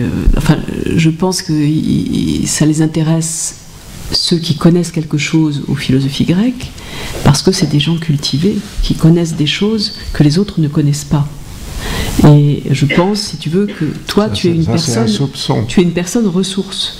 Oui, c'est ça que je veux dire. C'est-à-dire que, parce que c'est pas les philosophes grecs, c'est-à-dire qu'on peut demander, je sais pas, à ceux qui ont récemment fait un livre sur les présocratiques, c'est pas à eux qu'on va s'adresser pour savoir ce que peut vouloir dire Kénon, ni Atomos, certainement pas. Oui. Parce que ça c'est cadré et de toute façon. Ça c'est nos Grecs, ça c'est le passé. Voilà. Ça, donc ce qui est intéressant, c'est les Grecs qu'on n'a pas. Oui, ça c'est les modernes. Moi je voudrais que les modernes soient ceux qui, comme toi, pour la langue, par exemple, acceptent l'écart. Oui. C'est la mise à distance de cette fiction d'une langue enveloppante, universelle. Mais il y a encore un autre problème que je voudrais séparer de celui-là, qui est le problème de la signification de la connaissance qu'on prétend avoir. Bon, si tu permets, juste un exemple pour que vous compreniez. Quand le boson de Higgs a été mis en évidence au CERN, avec des moyens colossaux, eh bien... Un fric colossal. C'est colossal. Eh bien, le directeur du CERN est allemand, donc je le connaissais, et puis il m'a avoué qu'il ne savait pas ce que c'était que le boson de Higgs. Et donc du coup, il m'a demandé si je pouvais lui donner une idée. Je lui ai dit, mais comme le boson de Higgs a la particularité de ne pas avoir de masse, et donc de disparaître comme par enchantement, il va de l'autre côté du mur, du vide, eh bien, c'est comme un visiteur du soir qui arrive, qui laisse une trace et qui redisparaît. Il n'a pas de masse, donc c'est pas un objet, c'est pas une chose. Eh bien, ce serait peut-être le candidat idéal pour la notion d'atome, c'est-à-dire indivisible. Mais pour que sa chose soit indivisible, il faut que cette chose corresponde à un réquisite philosophique de Démocrite qui paraît complètement insensé, à savoir seule une chose qui est à la fois et n'est pas, est indivisible. Dès qu'elle est, on peut encore la diviser mentalement du moins. Mais il faut, et là le boson de Higgs, c'est dans Libération, il a cité cette phrase de Démocrite pour dire, pour nous, le boson de Higgs, c'est une chose qui nous trouble parce que c'est et c'est pas. Et là-dessus, ils ont fait venir Étienne Klein, que vous écoutez parfois sur France Culture, qui est très très doué pour mettre des métaphores sur ces questionnements des physiciens contemporains. Et comme M. Hérault, qui était Premier ministre, était venu à Genève pour, je sais pas, simplement encaisser quelque chose comme une justification des sommes versées aux scientifiques, aux 2000 scientifiques qui ont travaillé à cette mise en évidence du boson de Higgs. Et Étienne faisait du ski à Chamonix. Il est venu en voisin. Et il se demande dans la voiture, mais comment je vais dire à M. Hérault ce que c'est que le boson de Higgs, et que ça vaut le coup de payer pour ça. Et comme il venait de faire du ski, il a une idée, je trouve absolument représentative de ce qui se passe actuellement. Il leur a dit, vous savez, la vitesse absolue, c'est en réalité la vitesse d'expansion de l'univers. Et le boson de Higgs, pour bien savoir ce que c'est un défaut de fartage, parce qu'il pensait aux Schuss. Et M. Hérault l'a regardé avec ses yeux bleus et il a découvert dans le regard ahuri que le Premier ministre n'avait jamais fait de ski. Et donc, ce que je veux dire par là, en langue ordinaire, en langage ordinaire, il y a toutes sortes de choses trappes aussi. Il faut trouver une manière de dire, et peut-être que les Grecs, c'est ça au fond ce que je suggère, dans leur spéculation la plus abstraite, fournissent un certain nombre de moyens pour donner de la signification à ce qu'on est en train de découvrir aujourd'hui. C'est ça l'autre aspect des choses. Hein. C'est-à-dire que là où même on ne comprend pas les Grecs, il y a une petite chance que ça puisse servir à comprendre ce qu'on ne comprend pas en sciences. Donc ce qu'on ne comprend pas dans les Grecs et que toi seul a commencé à comprendre, c'est par exemple le den de Démocrite. Donc ça c'est clairement ça. Parce que fartage, moi je pige pas. Faudrait, le défaut de fartage, il faut m'expliquer ça davantage. Parce que là, c'est un effet d'inertie pour que tu comprennes. L'univers, c'est une expansion ultra rapide, le Schuss, et le défaut de fartage, c'est que ça freine un peu. Et donc le boson de Higgs, c'est l'effet de freinage. Et ça c'est étonnant, c'est pas vrai. Mais c'est assez bien trouvé. Enfin, je trouve que c'est pas bien trouvé parce que le fartage, c'est un truc que tu rajoutes. Tu mets du fart sous ton ski. C'est pas du tout comme ça. Ça peut se passer avec le boson de Higgs. C'est pas un truc que, c'est pas un manque de quelque chose que tu aurais mis. C'est ça que je veux dire. Non, mais ça, c'est absolument, c'est complètement raté à cause de ça, à mon avis. Bon. Ah, je suis désolé pour Étienne, parce que moi je voulais simplement dire que c'est dans le cadre d'un langage qui est basé sur les métaphores que l'on cherche la solution. D'accord. C'est tout. Mais là où c'est vraiment plus intéressant avec le den, c'est que c'est pas une métaphore, c'est que c'est un travail sur la langue. Ça, c'est toi qui l'as vraiment très bien montré. Mais vous savez ce que c'est que le den de Démocrite? Le den de Démocrite, c'est un mot qui n'existe pas. C'est-à-dire qu'on met un mot qui n'existe pas pour dire quelque chose. Et là, ça devient vraiment génial. Parce que ça ressemble au boson de Higgs, pour de bon. Ah oui, ça c'est le vrai. Comme le schmilblick? Non, enfin, je crois pas, parce que le schmilblick n'est pas fait du tout de la même manière. L'intérêt du mot ou den, l'intérêt de den, c'est que c'est une fausse coupe sur un mot qui existe. Alors d'accord. Hein, donc une fausse coupe, c'est-à-dire que et le seul à avoir compris ça avant ou en même temps, ou je sais pas, enfin le seul à avoir compris ça à part Wiesmann, c'est Lacan. Lacan fait tout un truc extraordinaire sur le den comme passager clandestin dont le clan, dont la cachette fait notre destin. Le den, c'est une fausse coupe sur la négation uden meden, qui veut dire rien. Oudé, hen, pas même un, médé, hen, pas même un. Et la bonne coupe, ça serait médé, oudé et hen, pas un. Et ce qui se passe, ce que fait Démocrite, il invente un truc qui ne peut pas exister dans la langue qu'il parle, à savoir le den, c'est-à-dire qu'il coupe, mais den. Il coupe, c'est comme si je disais ien. Au lieu de dire Rien. rien, pas un. Bon, mais je dis ien. Ou icht au lieu de nicht. Bon, donc c'est un truc dingue. Et c'est un truc dingue emprise sur une invention de langue et sur une impossibilité de langue qui fait exister quelque chose qui n'existe pas, y compris dans la langue. Bon, là, on commence à s'approcher du boson de Higgs.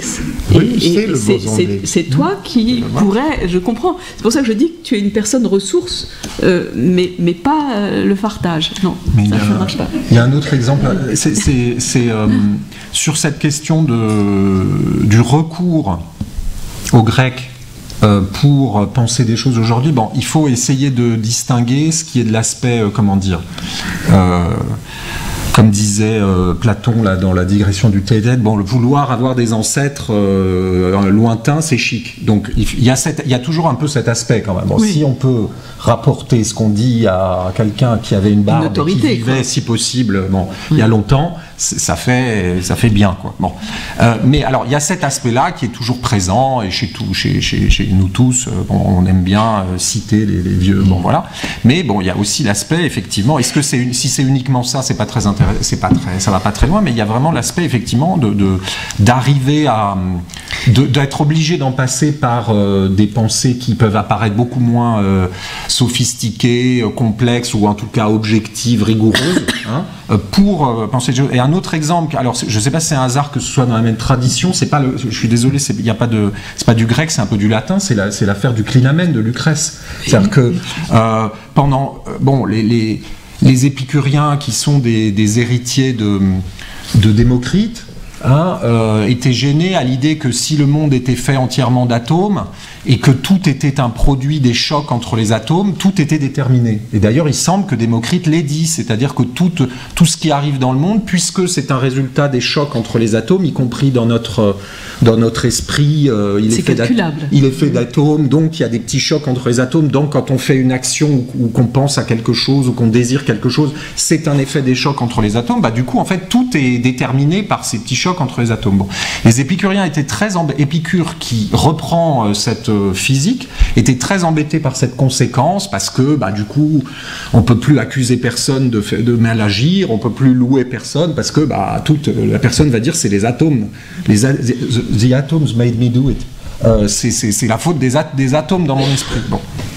Alors ils ont inventé cette idée dont on n'a pas vraiment on n'a pas vraiment de texte grec dessus, même si on connaît le mot grec, hein, c'est parenklisis, mais en fait le grand texte là-dessus c'est un texte latin de Lucrèce. Et donc ils ont inventé cette idée de la déclinaison, c'est-à-dire que à des moments totalement indéterminés, et donc on ne peut pas fixer, en fait les atomes dévient leur trajectoire. Et donc ça permet, donc c'est une espèce d'indétermination comme ça, indétermination indéterminée, parce qu'on ne sait jamais quand est-ce qu'elle arrive, etc., mais qui permet de dire il n'y a pas de déterminisme, c'est-à-dire il n'y a pas les mouvements et les chocs entre les atomes ne déterminent pas tout. Alors, dès que cette proposition a été faite, pour revenir à mes histoires de divergence, etc., tous les autres philosophes se sont jetés sur les épicuriens en rigolant et en disant mais ça ne tient pas la route une seconde, c'est totalement contradictoire avec tout ce que vous avez posé.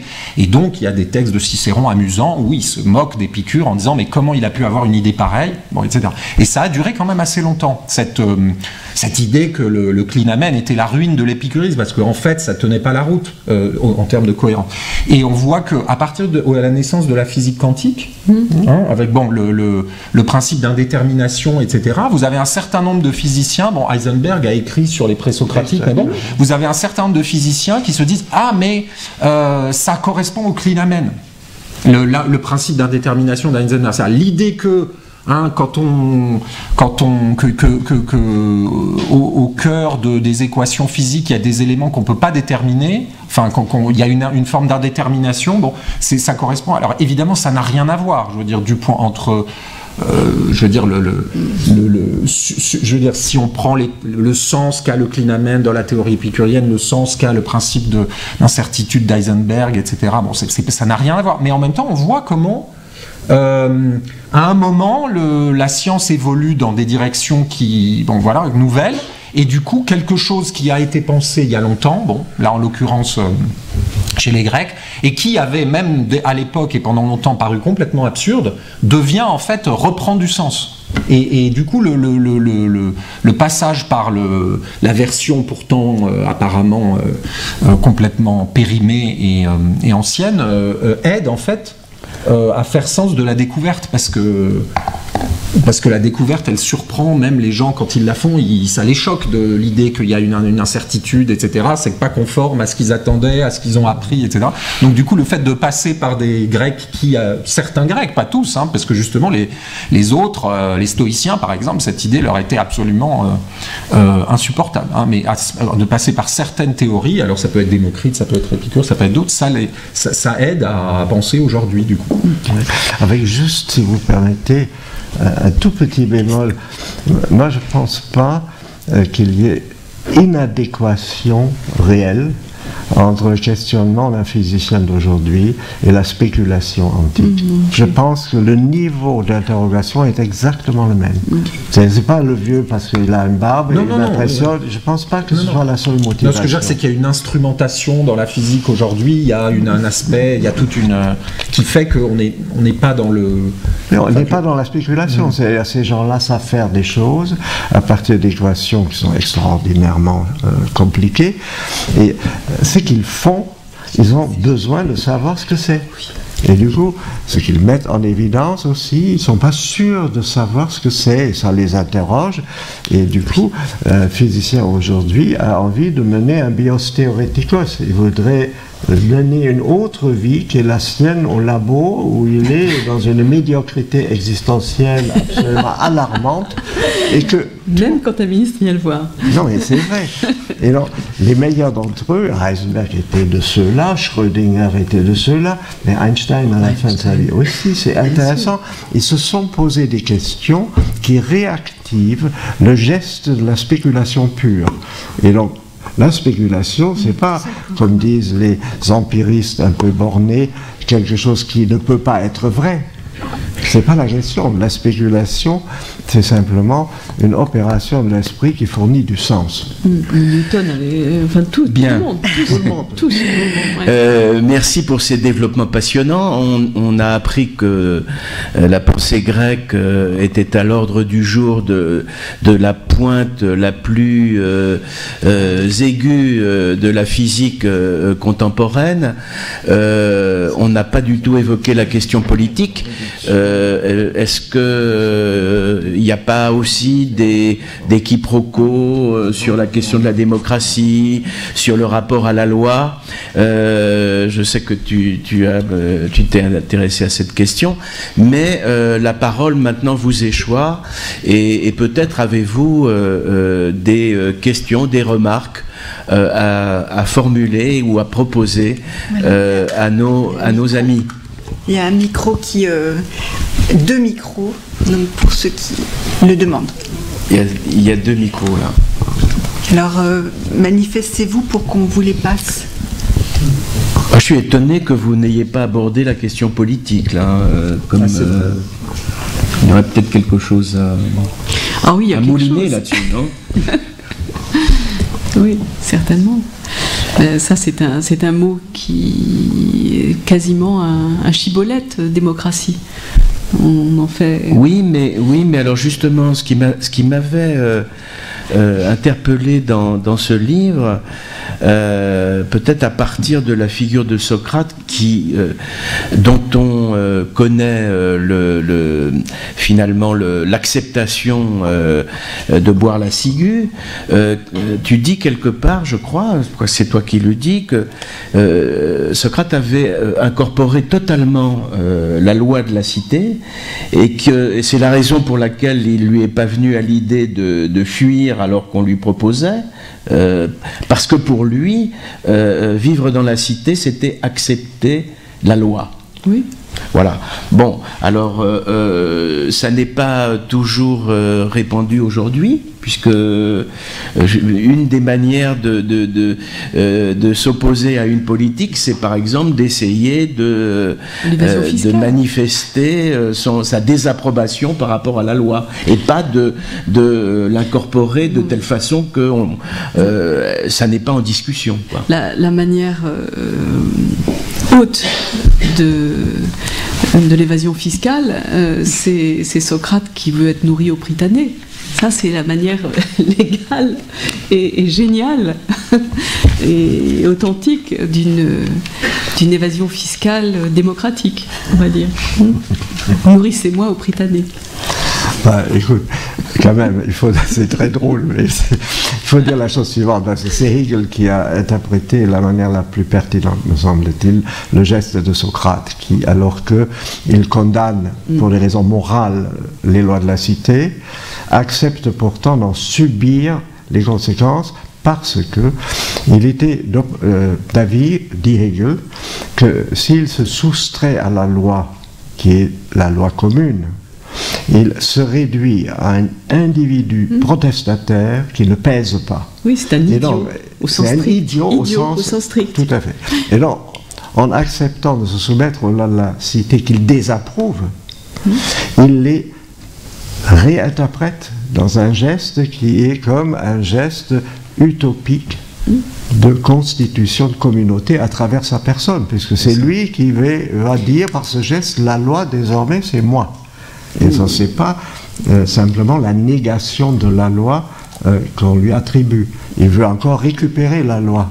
Et l'interprétation qui me paraît tout à fait juste, c'est de dire que Socrate devient cette figure tout à fait incompréhensible pour le commun des mortels, parce qu'il réalise dans ce geste ultime l'utopie de toute société humaine, parce qu'elle est toujours faite de lois positives qui pèsent et de protestations individuelles, parce qu'on ne supporte pas. Et bien l'utopie sociale serait que cette thèse et antithèse puisse être amené à une synthèse. Et c'est vraiment que Hegel est l'auteur de cette interprétation que je trouve juste.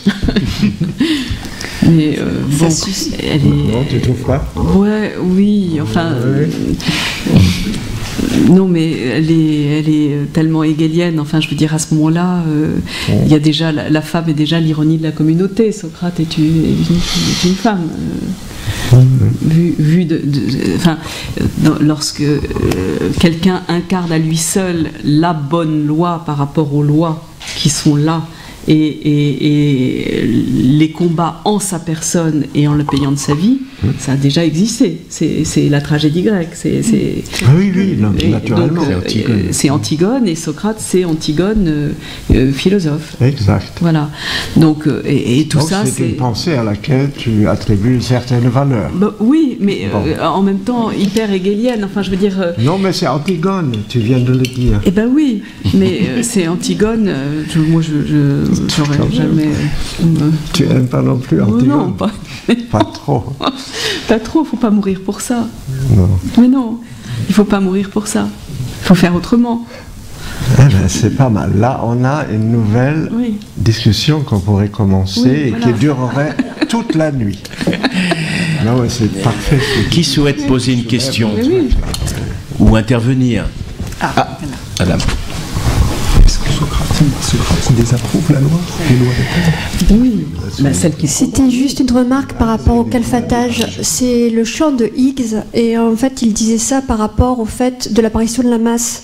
Il reprenait un autre exemple du fait que quand un atome, donc s'il n'a pas de masse, passe dans une foule, si on prend une personne qui essaye de passer dans une foule, au départ, quand il y a peu de personnes, il a peu de masse parce qu'il arrive à passer très rapidement, et plus la foule est compacte, plus l'atome acquiert de la masse parce qu'il a du mal à se frayer un passage.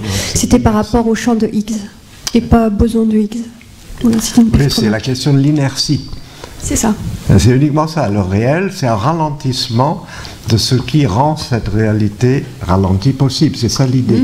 Et ça, c'est Thalès et Anaximandre, puisque Thalès pense qu'une totalité identifiable existe pour elle-même, et Anaximandre lui dit non, elle est nécessairement le résultat d'une émergence à partir de quelque chose qui n'est pas totalisable, qui est d'une condition.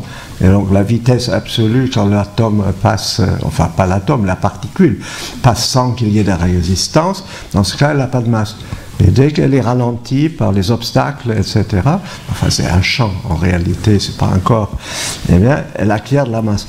Et je trouve extraordinairement intéressant qu'on peut parfaitement le projeter, ce problème spéculatif que pose le boson de Higgs, on peut parfaitement le projeter sur le débat qui oppose les présocratiques au sujet du plein, du vide et de leur relation compliquée qui est condition de l'émergence de quelque chose que nous appelons le monde.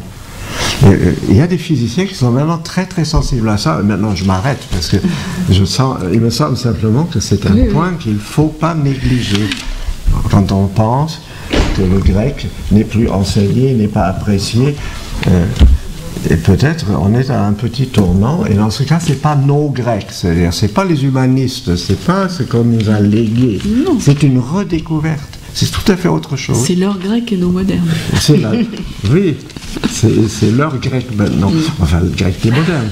Et tout ce que tu dis sur la différence des langues, le barbare, etc., c'est le premier geste moderne à l'égard de la langue. Parce que jusque-là, on habitait la langue et les autres étaient les barbares. Alors que Humboldt est le premier, et Madame de Staël encore mieux. Moi, j'ai toujours envie de citer Madame de Staël, donc je vais me retenir. Je vais me prendre le bras.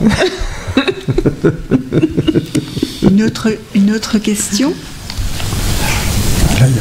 Ah, il y a un bras. Ah, voilà. Ce serait juste pour une clarification, est-ce que vous pourriez réexpliquer le den de Démocrite? Pas vraiment compris. Tu veux le faire ou je le fais? Vas-y. That's yours. That's mine. Non, vous savez le mot meden, le mais c'est la négation et le den c'est rien. C'est-à-dire dans ce que Barbara a expliqué, si on coupe, on a un med qui porte sur un hen, qui est une unité qui est niée. Mais alors si on coupe le mais, c'est négation, si on coupe cette négation d'un mot qui veut dire rien, ben, qu'est-ce qu'il reste? Un petit quelque chose. Mais ce petit quelque chose doit son existence à la double négation. Il reste moins que pas. rien, je dirais. Moins que rien. Ce rien est un rien, c'est-à-dire c'est pas le rien, c'est Médène, mais le quelque chose de positif qui naît de la négation, de l'auto-négation de la négation, c'est une sorte de reliquat, c'est un reste. Et c'est ce reste-là qui, pour Démocrite, est ce qui constitue pour nous la réalité. Alors que ça provient d'un horizon qui dépasse de beaucoup notre réalité. Et ça correspond exactement à ce que les physiciens disent quand ils vous expliquent que dans l'univers, il y a de l'énergie grise ou de la matière noire, et que ce qui nous est accessible, c'est à peine 26% de la totalité de ce que l'univers contient. Enfin, ce genre de choses, c'est complètement fou. Eh bien, le geste spéculatif qui dégage le den de la double négation, c'est l'auto-négation du mot qui veut dire rien, eh bien, c'est peut-être une approche qui est beaucoup plus juste que de considérer que la totalité du réel existe positivement. Elle existe au terme d'un processus qui le fait émerger et pas comme quelque chose qu'on peut poser dans sa totalité d'emblée. D'où cette idée que j'ai que depuis Thalès et Anaximandre, le débat est enclenché. Et il va ensuite se dérouler de manière de plus en plus sophistiquée dans l'histoire de la philosophie. Mais ça, c'est un cours que je suis prêt à faire, mais pas ce soir. Mais très tentant. Montrer que les Grecs avaient, sur le plan spéculatif, amorcé quelque chose qui fait maintenant surface dans les derniers développements de la science contemporaine, et donc quelques êtres un peu sensibles, eh bien, reviennent sur nos pas, et ils ne récupèrent pas du coup les Grecs de Madame de Romilly ou les Grecs de la bonne tradition humaniste. Ça, c'est derrière nous. Mais on n'est plus dans ce monde. Ce qu'on peut dire plus méchamment, c'est que quand on arrive à un point où on ne pige pas, ce qui est ce où sont les physiciens aujourd'hui, eh ben, on regarde ce qu'on n'avait pas pigé avant. Oui, c'est Parce vrai. que le Den de Démocrite, personne ne l'a pigé. Voilà. Hein. Donc, et en effet, qu'est-ce qu'on pige pas? Eh bien, on pige pas un rapport trouble entre ce qui est et ce qui n'est pas, tel que ce qui n'est pas est un peu plus que ce qui est. Voilà. Et ça, c'est des points, c'est les deux points qu'il faut lier aujourd'hui. C'est ça. Hein, le Den de Démocrite, c'est ça, c'est un machin qui provient, qui est absolument niais, c'est rien, et c'est plus que ce qui est. Ben, c'est ce qui arrive avec la physique d'aujourd'hui. C'est ça. La matière noire, en effet. Ben oui. Ben, ça pose des questions purement spéculatives. Aucune équation qui dit que ça doit être présupposé ne va jamais le résoudre. Là, je crois qu'il y a une physicienne qui, je la vois un peu rire. Alors peut-être qu'il faudrait nous dire pourquoi on est naïf. Non, je pense pas qu'elle veuille dire ça. Non. Non, elle veut simplement apporter encore des précisions, c'est l'eau à notre moulin. C'est plutôt ça, préciser cette affaire. Mais je crois qu'elle est incontestable. Ah, si, elle va y aller. Là, j'avais une question, parce que vous, votre travail, c'est entre les langues, donc expliquer entre les langues. Est-ce que donc un mot qui peut s'expliquer de deux manières différentes, est-ce que justement, pour reprendre la physique, il peut y avoir émergence de quelque chose qui est complètement différent, et le fait de comparer les deux langues fait émerger cette chose différente, alors que sinon on ne pourrait pas la voir, comme l'émergence de la pensée, quelque chose de singulier et que l'on ne voit pas si on ne compare pas ces deux mots. Tu veux dire quelque chose? Non, c'est difficile. Ouais, ça, si tu permets, je vais dire, parce que ça me paraît extrêmement intéressant. C'est-à-dire, lorsque, dans une langue, par exemple, on s'aperçoit, à l'aide d'une autre langue, qu'on n'entend pas vraiment ce qu'on dit. Parce que ce qu'on dit, eh bien, a un sens convenu. Une autre langue va soudain révéler que ce qu'on dit, on ne l'a pas entendu. C'est ce que Héraclite déclare toujours, on n'entend pas ce qu'on dit. Eh bien, entre les langues s'ouvre soudain un espace dans lequel peut émerger quelque chose qui n'est ni dans l'une ni dans l'autre. Alors, si vous permettez, je vous renvoie à la correspondance juste avant sa mort du poète Rilke. Ça vous dit quelque chose, Rilke, qui était un des grands poètes allemands, qui pendant 10 ans ne pouvait plus faire de poèmes en allemand parce qu'il y avait un problème avec la langue. Il s'est installé en Suisse, dans le Valais.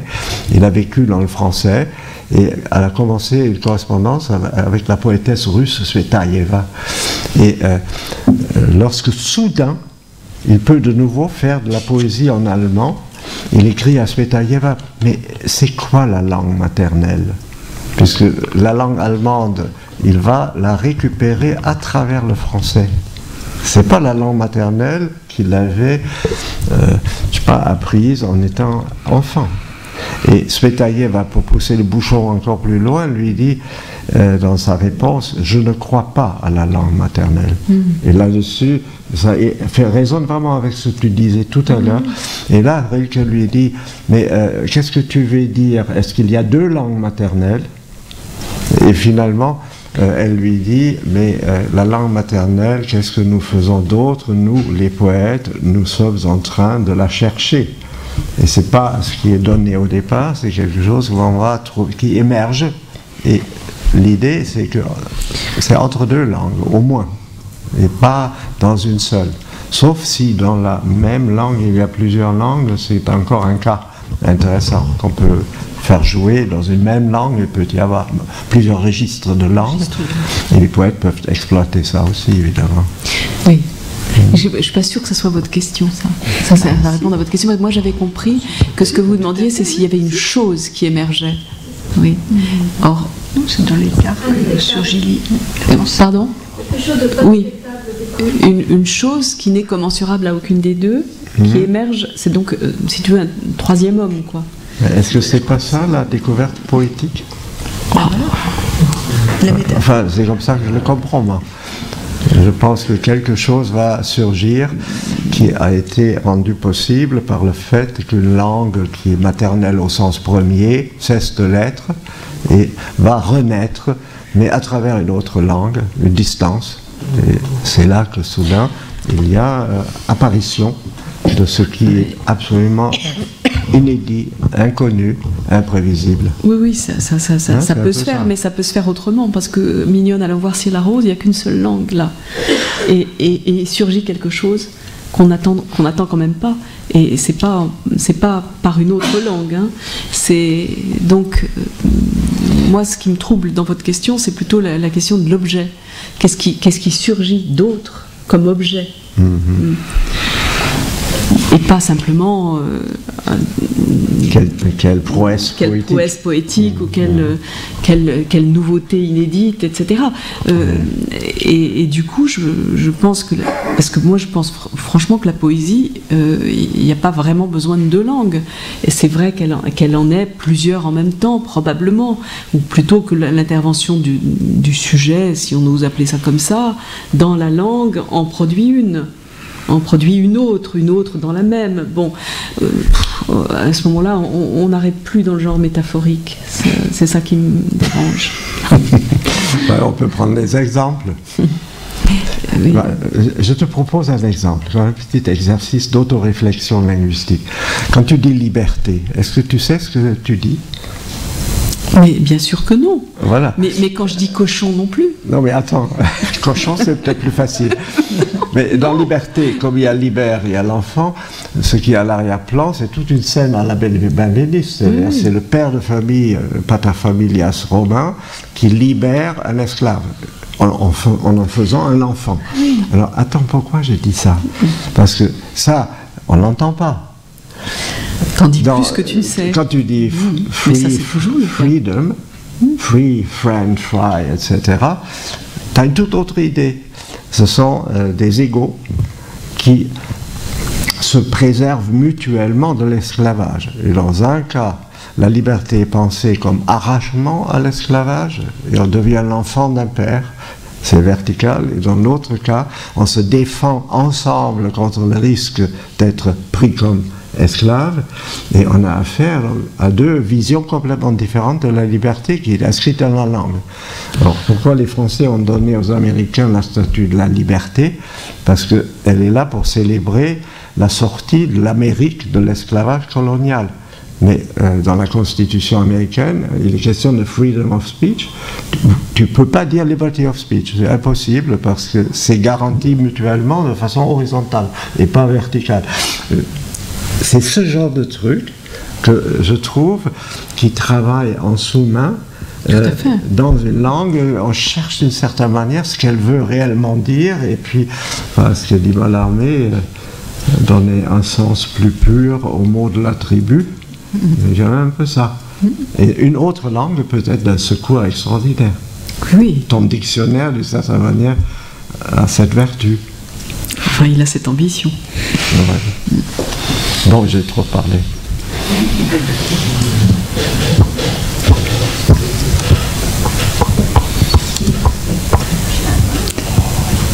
Pas d'autres questions?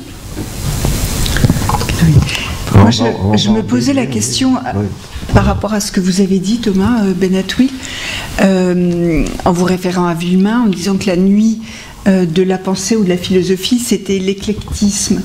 Et je me disais, c'est pas tellement Barbara Cassin, ça, du coup, parce que compliquer l'universel, alors, sauf si l'éclectisme, c'est pas du tout compliquer l'universel. Ah mais... non, c'est voilà. Donc voilà, c'était cette question-là que je me posais. L'éclectisme, c'est un peu le globish de la philosophie. Voilà. Mais j'avais le sentiment que ça méritait d'être précisé.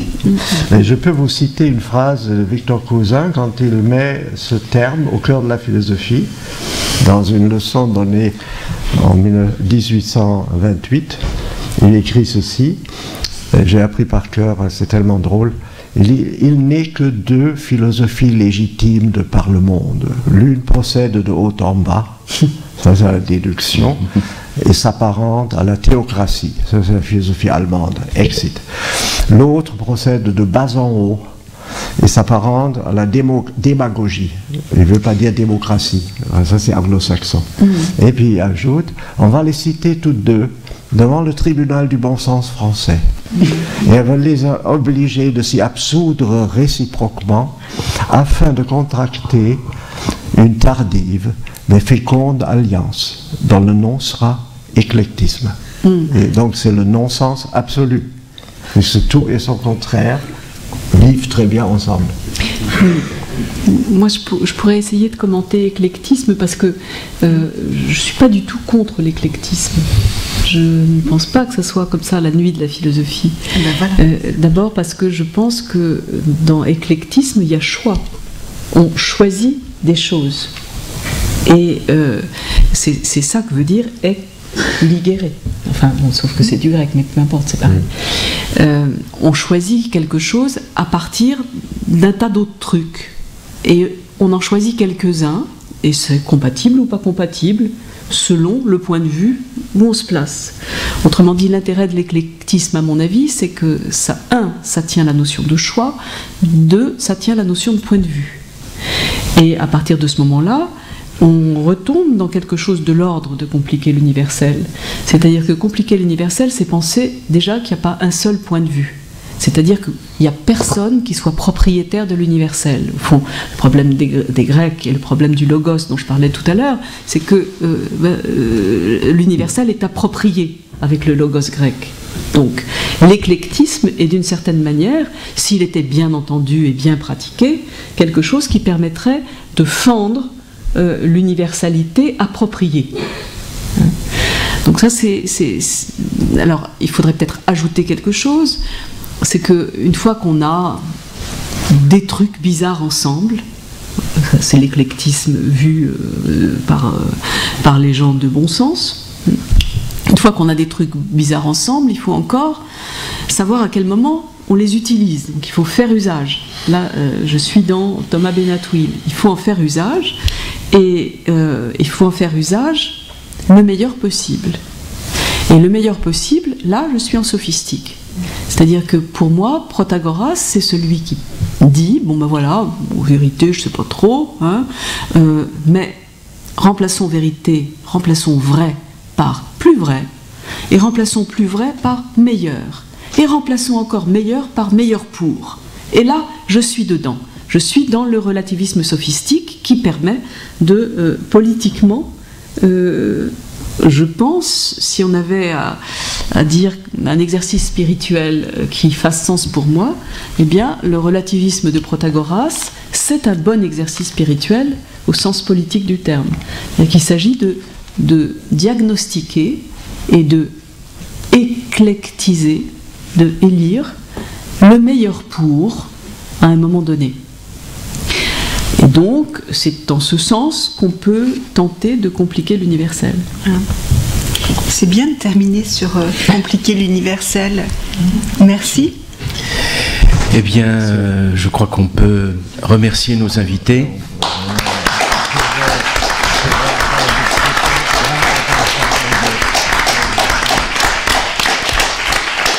Et vous donner rendez-vous demain à 11h pour la suite de l'aventure. À demain. C'est absolument rien, mais il y a 2 lignes.